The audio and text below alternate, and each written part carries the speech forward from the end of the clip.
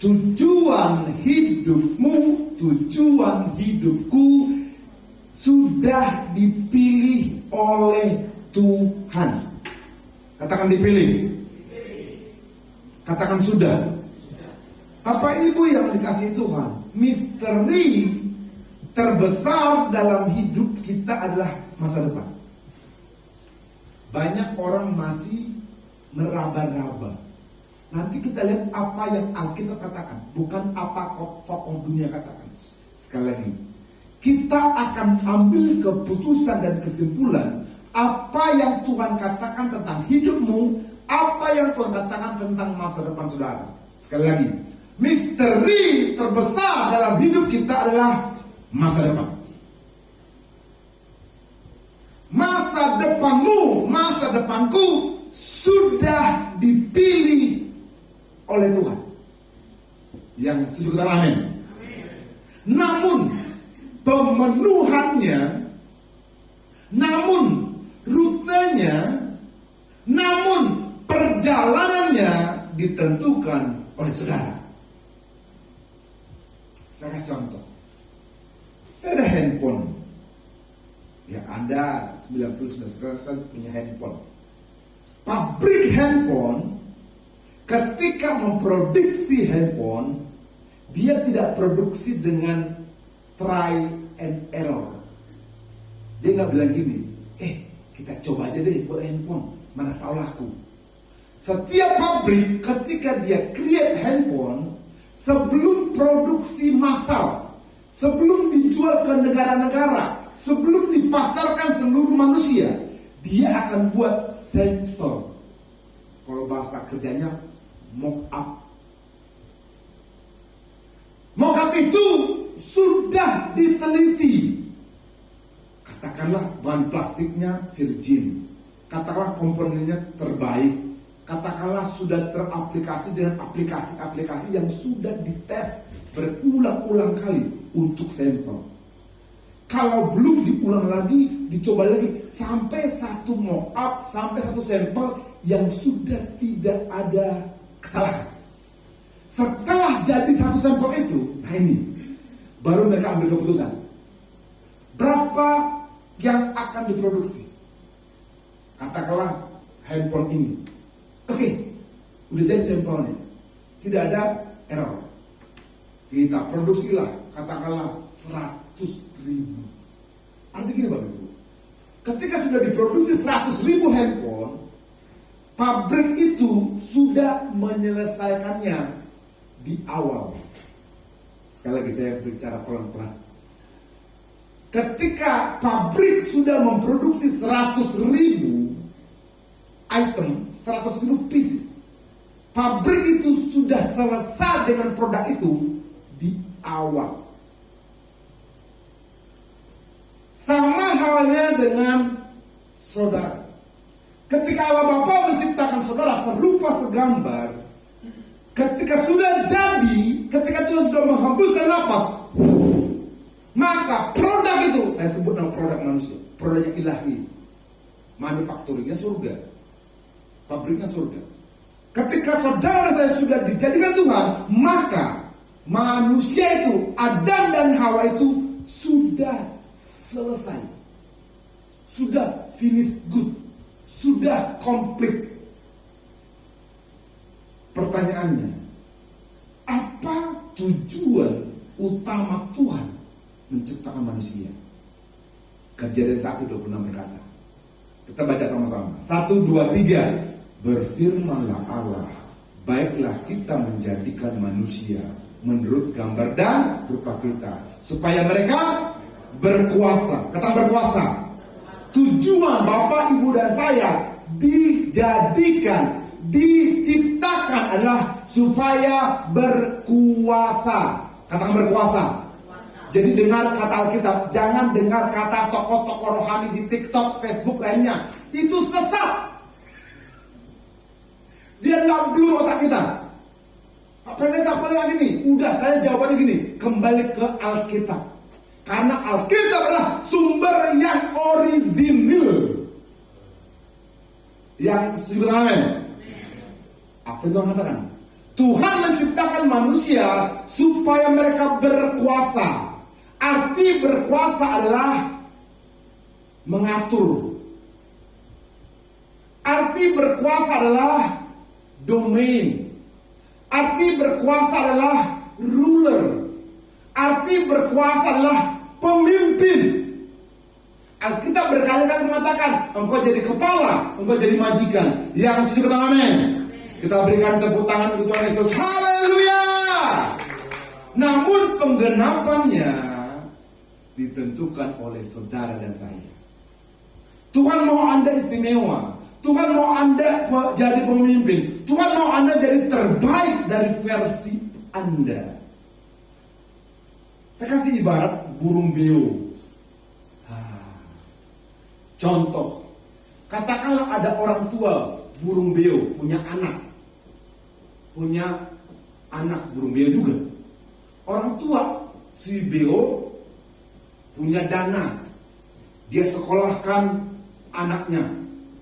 Masih kecil memang anaknya, tapi orang tua ini dia bayar SD, dia bayar SMP, dia bayar SMA, dia bayar sarjana, dia bayar S2 di awal. Dengan arti si orang tuanya si Beo bilang, sekolahkan kau sampai master, S2, ku bayar semuanya, tenang kau. Pertanyaannya adalah, ini Beo masih kecil, masih jadi baby. Pertanyaan adalah, apakah Beo sudah berhasil atau belum? Belum. Berarti sekalipun orang tuanya sudah mengatakan, sudah menuliskan takdirnya, sudah menentukan masa depannya, sudah S2 yang menentukan pola hidup, yang menentukan rute hidupnya adalah si anak. Yang setuju sama saya katakan amin. Contoh, kan sudah SD dia, masuk katakanlah sudah 6 tahun, masuk SD. Dia belajar SMP, SMA sudah mulai terkontaminasi. Teman-temannya bilang gini, bro, nggak usahlah sekolah, mendingan kita main game aja sekalian. Padahal orang tuanya sudah bayar sampai kuliah. Dia akan distraksi, akan gangguan. Pilih orang tuanya atau pilih kata kawan-kawannya, ya kan? Orang tuanya udah bayar nih, sarjana, S2, dia mikir. Nah ini, saudara dan saya akan memikirkan, akan menentukan apakah ikut Tuhan atau ikut dunia. Ada amin? Ini yang menjadi dilema bagi kita. Kita percaya jadi pemimpin, kita percaya berkuasa, tapi kita tergoda dengan ucapan dunia. Itu Beo. Yang kedua, adalah apel. Contoh lagi nih, apel kalau dibelah, buah apel kalau dibelah ada biji dari apel. Biji biasanya lebih dari beberapa. Satu buah apel, more than one seed, lebih dari satu biji, lebih dari satu benih. Pertanyaan saya adalah, benih apel tadi apakah akan jadi buah apel atau tidak? Ada tahu? Yes, akan jadi buah apel. Nggak mungkin dia buah jeruk. Yang ngerti mana ya? Nggak mungkin dia buah manggis. Paten kau ingat. Sekali lagi. Biji apel. Perhatikan ada yang hitam-hitam itu. Biji apel kalau ditunggu, kalau nanti dia besar, akan jadi buah apel atau tidak? Oke, sepakat. Buah apel. Pertanyaan sekali lagi. Ini saya balik kata-kata.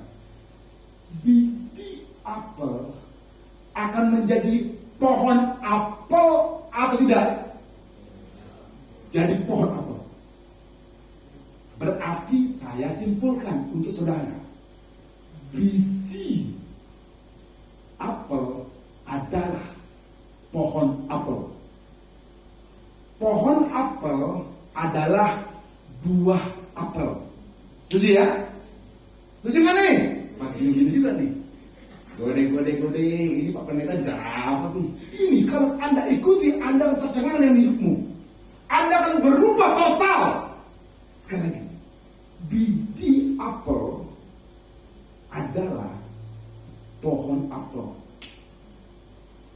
Pohon apel adalah buah apel. Berarti biji apel punya masa depan di dalam biji apel. Sekali lagi, perlahan. Biji apel masa depannya adalah di dalam biji apel. Sekalipun saya letak biji itu di biji rambutan, apakah biji apel jadi pohon rambutan? Tidak. Katakan tidak. Berarti masa depan saudara di depan atau di dalam? Ini ketahui. Ini banyak yang salah tafsir. Banyak mengatakan masa depan kita di depan. Kita lihat orang seperti itu. Jadi masa depan saudara adalah di dalam dirimu. Bingung ya? Masa depan saudara ada dalam hatimu. Don't look at left, don't look at right. Jangan lihat kiri, jangan lihat kanan. Sekali lagi, ayam. Biar tambah ngerti gitu. Telur dan ayam. Siapa yang tahu di bumi ini telur dulu atau ayam dulu? Nah, ini grup telur nih. Ini telur grup ayam. Halo, siapa yang tahu? Pertama kali telur dulu ayam dulu. Oke, kita gak kasih tahu dulu. Yang bilang telur angkat tangan kanan.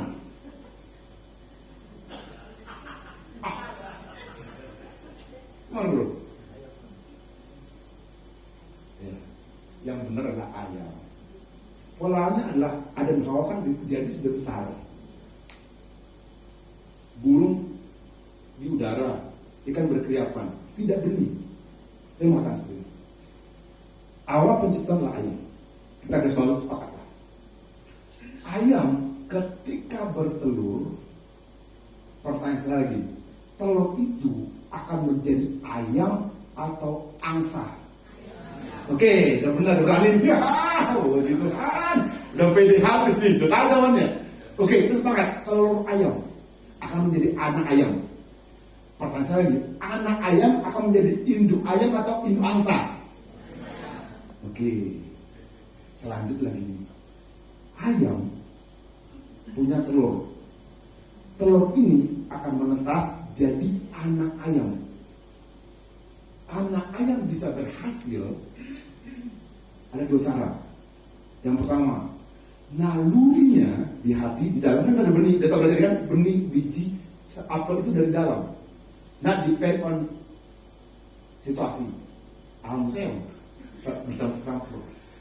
Ayam terdiri dari dua cara hidup. Yang pertama dari hati, dari dalam, ada intuisinya hati.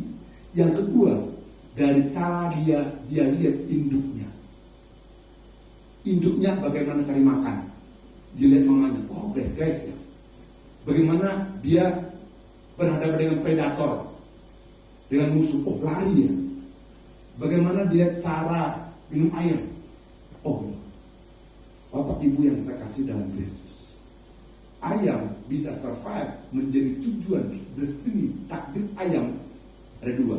Yang pertama naluri di hati. Yang kedua cara ibunya mengajari dia. Next slide. Ini kesimpulannya. Pak, Bu, bagaimana saudara hidup? Alkitab bilang itu dari dalam. Bagaimana dalam itu bisa keluar? Masa depan semuanya ada di dalam hati kita. bukan tergantung orang tua. Kalau pogos istri, pogos orang tuamu, engkau akan pogos. Itu tidak. Kalau keluargamu miskin, engkau lahir miskin. Itu salah total. Iman timbul dari pendengaran. Dan pendengaran oleh firman Kristus. Iman timbul dari pendengaran. Dan pendengaran akan Kristus, akan firman Kristus. Artinya Bapak Ibu, iman tidak timbul dari kata-kata. Sekarang viral kan, TikTok ngomong ini kacau. TikTok, Facebook ngomong ini, Instagram jadi kacau balau. Saya sebelum istri yang bulan Mei aku nggak mau lagi lihat media sosial, pusing kepala. Jujur ngomong, tanggal 1 pas puasa kan, 1 Mei udah off-kan dulu.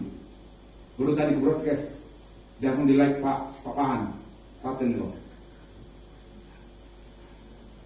Saya bilang gini istri, yang aku mau dengarkan bukan kata-kata orang. Kata-kata orang bukan timbulkan iman, buat kacau. Tapi kata firman, pendengaran akan firman, itu yang menimbulkan iman. Artinya Bapak Ibu, di sini saya katakan bahwa ketika Bapak Ibu sudah mengerti bahwa masa depanmu ada di dalammu, ada dalam saudara, berarti kita nggak perlu stres, nggak perlu khawatir kemana kita akan berjalan. Next slide. Tuhan tidak pernah memulai sesuatu dari awal. Dia mengakhirinya terlebih dahulu, lalu dia mundur dan dia memulainya itu lagi. Artinya ketika Tuhan memulai sesuatu, dia sudah menyelesaikannya. Tuhan sudah melengkapi hidupmu terlebih dahulu.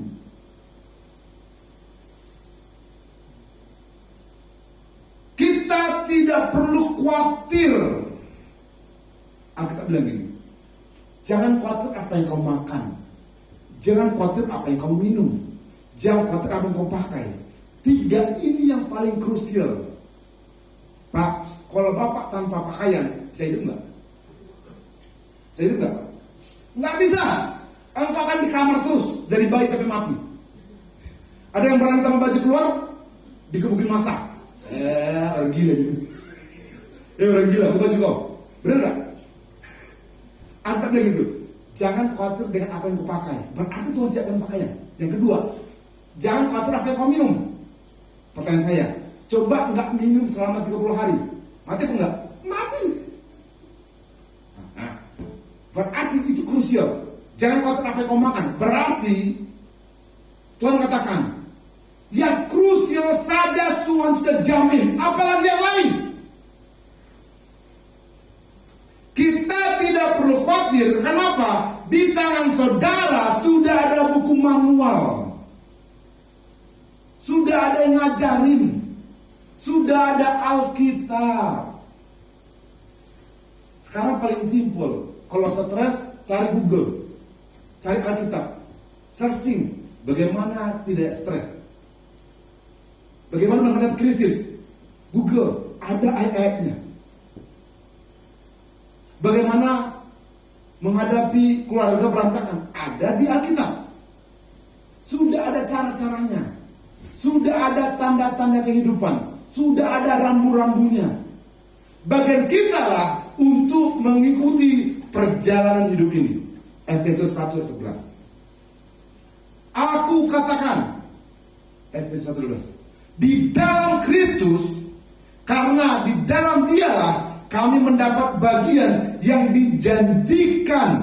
Perhatikan, kami yang dari semula ditentukan untuk menerima bagian itu sesuai dengan maksud Allah, yang di dalam segala sesuatu bekerja menurut keputusan kehendaknya. Efesus berkata, kami yang dari semula ditentukan. Katakan ditentukan. Berarti kehidupan saudara, kehidupan saya sudah ditentukan sejak dalam kandungan. Ada amin? Bagaimana caranya bekerja Tuhan? Bagaimana cara kerja Tuhan? Aku ingin menunjukkan kepada saudara bagaimana cara kerja Tuhan. Pertama, lihat. Mazmur 139. Tuhan, ini perlahan. Tadi beo, apel, ayam, sekarang manusia. Kita bilang ini dalam Mazmur. Tuhan sudah memulai hidupmu sejak bayi.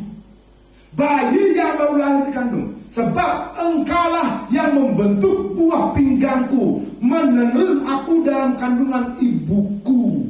Rencana Tuhan sudah ada dalam kita sejak kita dalam kandungan. Rencananya adalah Tuhan membuat rute. Dia kasih rute, dia kasih jalan dalam hidupmu. Tuhan akan selalu, yang ketiga, Tuhan selalu memberitahukan masa depan saudara melalui mimpi-mimpi besar. Perhatikan saya, Pak Pendeta, apa masa depan saya? Saya nggak tahu, tapi saya kasih tahu masa depanmu. Coba ingat dulu. Umur 12 sampai 16 tahun. Ada mimpi yang tidak pernah Anda lupakan. Itulah the real your destiny. Halo, Pak Pendeta, kenapa menjadi seperti ini? Tanya Tuhan. The real destiny ketika Bapak Ibu umur 12 sampai 16 tahun. Apa yang Tuhan katakan dalam hidupmu? Itulah yang utama. Anda jadi apa?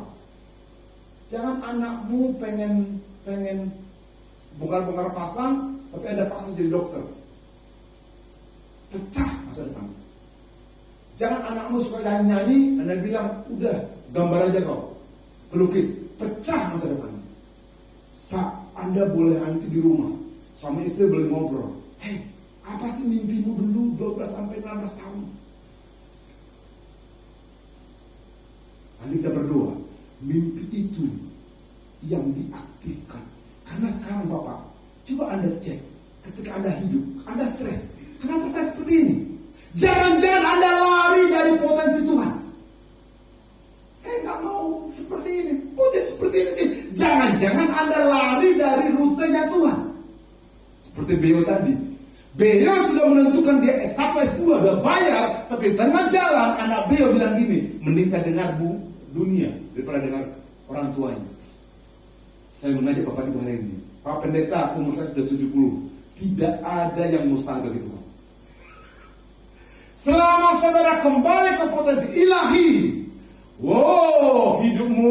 hidupku akan maksimal. Kita berikan tepuk tangan untuk Tuhan Yesus. Haleluya!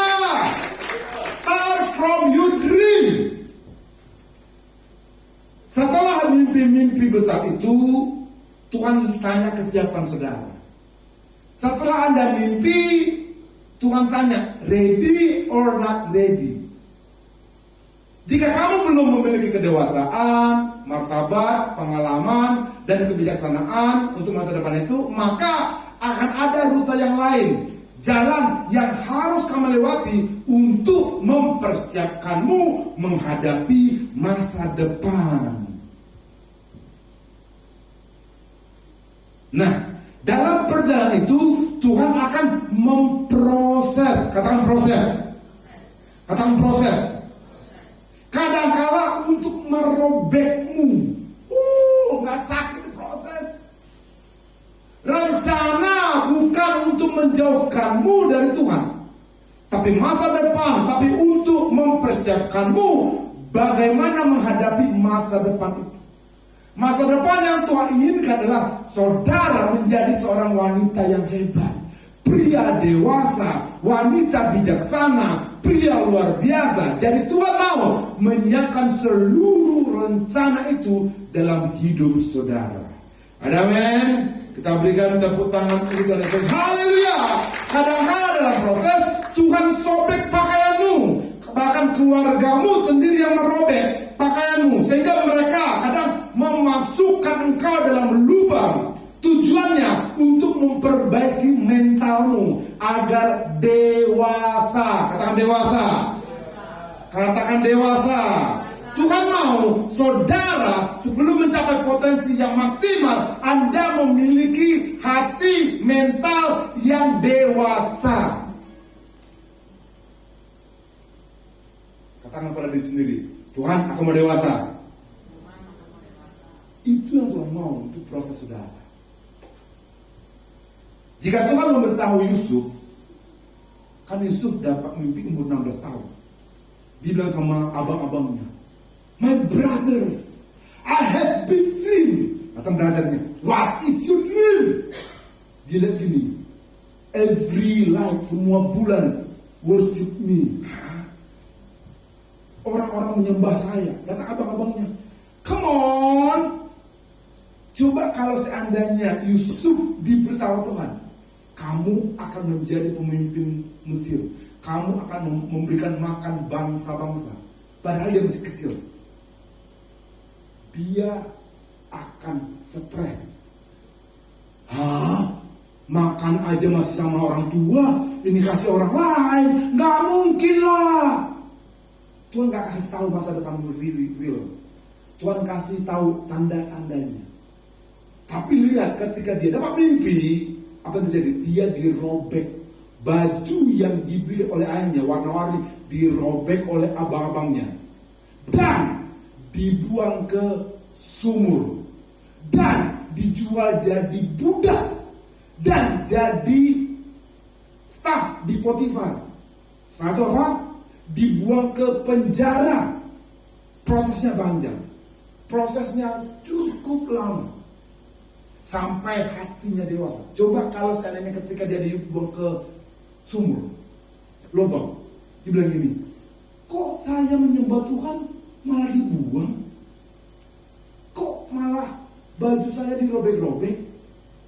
Tuhan lihat seberapa dewasamu menghadapi proses.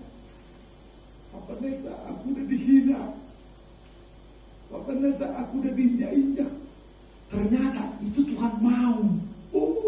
Memang dalam proses ada sedih.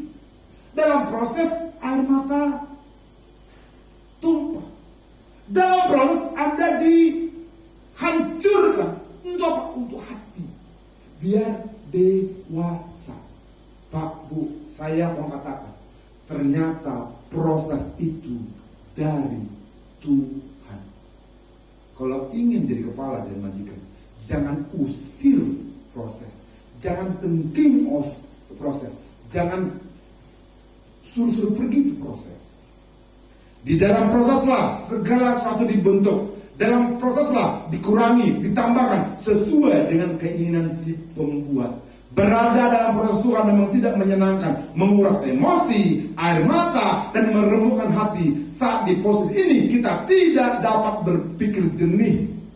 Kadang kita salahkan orang, salahkan pendeta, salahkan teman, salahkan istri, bahkan salahkan Tuhan. Padahal itu proses yang harus kita lewati biar dewasa. Proses akan menentukan hasil. Yang pertama, hargailah setiap proses sampai didapatinya kita sesuai seperti apa yang ia inginkan dan dipandang baik. Roma 8:8 bilang ini. Kita tahu sekarang bahwa Allah turut bekerja dalam segala sesuatu untuk mendatangkan kebaikan bagi mereka yang mengasihi Dia, yaitu bagi mereka yang terpanggil sesuai dengan rencana Allah. Berikut tujuan indah dari proses. Yang pertama, untuk menarik kita semakin dekat kepada Tuhan. Pak, Bu, ketika Bapak Ibu berproses, saya mau katakan, itu biar kita memanggil Tuhan. Ketika tidak ada beras di rumahmu, jangan menghina Tuhan. Tuhan, mana beras katanya sudah di gereja. Dan orang mulai sejak buku. Stop menghina Tuhan. Stop menghala Tuhan. Bilang seperti ini, Tuhan, ketika tidak ada beras di rumahku, agar aku memintanya kepada Engkau. Amin. Ketika kau banyak sakit, jangan bilang kenapa aku sakit. Padahal aku udah olahraga. Tuhan mau ketika kau sakit berkata kepada Tuhan agar aku dekat dengan Engkau. Masuk bilang ini, Tuhan itu dekat kepada orang-orang yang patah hati dan Dia menyelamatkan orang-orang yang remuk jiwanya. Pak, Bu, doa yang paling luar biasa ketika hatimu remuk. Orang yang happy, orang yang lagi senang, orang yang sehat, doanya asal-asalan. Tuhan, Udah malam bah, mau gereja pula, penitensnya nggak boleh kok bah. Itu orang nggak akan didengar Tuhan. Tapi doanya ketika sakit, sembuhkan aku, itu dekat sama Tuhan. Makanya kadang-kala Tuhan kasih proses biar tambah dekat. Ada amin? Kita berikan tepuk tangan untuk Tuhan Yesus. Haleluya! Yang kedua, untuk membentuk karakter Kristus dalam kita. 1 Petrus bilang ini. Maksud semua itu ialah membuktikan kemurnian imanmu yang jauh lebih tinggi nilainya daripada emas yang fana, yang diuji kemurniannya dengan api, sehingga kamu memperoleh puji-pujian dan kemuliaan dan kehormatan pada hari Yesus Kristus menyatakan dirinya. Proses membuat kita punya karakter dewasa. Ada amin? Don't blame your husband, don't blame your wife. Jangan salahkan suamimu, jangan salahkan istrimu, jangan salahkan keadaan, jangan salahkan gerejamu, jangan salahkan keluargamu. Itu diizinkan biar apa? Membentuk karakter kita. Karakter dewasa lebih suka diam. Beda Raja Wali sama ayam kampung. Kalau ada petir, ayam kampung bilang apa? Ya Fer ya? Raja Wali ketika ada badai, dia tahan. Haleluya. Ngomong-ngomong, sakit penderitaan kemudian dia. Orang yang tidak dewasa suka broadcast isi hatinya di media sosial. Aku lagi sedih. Dibuat logo apa? Yang kuning tapi wajah gini. Tahu ya? Emoji, ya Bu. Ada tahu nih, ini masih belum dewasa, udah kelihatan. Baru disinggung Pak Pendetanya, langsung emoji itu. Kayak bukan bentuk gua deh. Tapi orang dewasa, dia be still. Hatinya merana, tapi mulutnya diam. Yusuf sampai diam di penjara. Bu, berapa lama dia? Itu menentukan engkau dewasa. Maling menangis doang. Tapi lihat, ketika Anda bisa melewati itu, Anda punya karakter ilahi. Terakhir, yang ketiga, untuk melatihmu merespon proses seperti Yesus. Barang siapa mengatakan bahwa ia dalam Kristus, dalam Dia, ia wajib sama seperti Kristus telah hidup. Yang ketiga, next, Ibu slide. Bagaimana respon?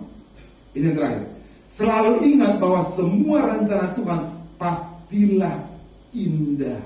Jadi gini Pak, ketika Bapak Ibu menghadapi proses, menghadapi perjalanan yang dengan Tuhan, berkatalah dalam hati, di balik proses ini ada rencana Tuhan yang indah. Ada amin? Next slide. Di balik masalah ini, bagaimana kita meresponinya? Selalu ingat bahwa semua rencana Tuhan pastilah indah. Kita baca Yeremia 29 ayat 11. 1, 2, 3. Sebab aku ini mengetahui rancangan-rancangan apa yang ada padaku mengenai kamu. Demikianlah firman Tuhan, yaitu rancangan damai sejahtera dan bukan rancangan kecelakaan, untuk memberikan kepadamu hari depan. Kita berikan tepuk tangan untuk Tuhan Yesus. Haleluya. Kesimpulan, 3 tujuan di balik semua proses. Yang pertama, untuk menarik apa? Kita semakin dekat kepada Tuhan. Kedua apa? Membentuk karakter. Yang ketiga, melatih kita merespon setiap kehidupan. Bapak Ibu yang saya kasih dalam Kristus, jadi ketika Anda dan saya percaya sejak dalam kandungan orang tua, kita ini sebenarnya sudah selesai dengan Tuhan. Tuhan sudah tahu tujuan hidupmu. Tuhan sudah tahu engkau jadi apa. Bagaimana Anda bisa melewati? dengan mengikuti apa kata firman. Sering-sering baca firman. Nanti ketika umur 12 sampai 16, ingat apa mimpimu. What is your dream? Saya sampai saat ini masih ingat mimpi saya. Terngiang-ngiang. Saya suka cerita sama istri saya. Ya, this is the real destiny. This is the real of me. This is the real potential in my heart. Saya berdoa, saudara, potensi yang murni itu yang diungkapkan dalam hidup. Ketika engkau sudah mengetahui potensi itu, siap-siap melewati proses. Siap-siap melewati rute kehidupan. Yang pertama, tujuan proses untuk kedewasaan kita, untuk menarik kita semakin dekat dengan Tuhan. Semakin dekat dengan Tuhan artinya kita semakin polanya kembali ke Bible, kepada Alkitab. Makanya Alkitab berkata, perkatakanlah senantiasa. You must say the word every day. Saya setiap hari memberkata firman sama keluarga saya. Saya didik mereka. Saya didik istri saya didik putra-putra saya, putra-putri saya. You must read the Bible. Sekalipun Anda capek, kenapa? Ini the real destiny. Jangan akhir dalam hidup kita melenceng ke kiri. Yang kedua, membentuk karakter kita. Yang terakhir, melatih kita merespon di setiap kehidupan. Kita berikan tepuk tangan untuk Tuhan Yesus.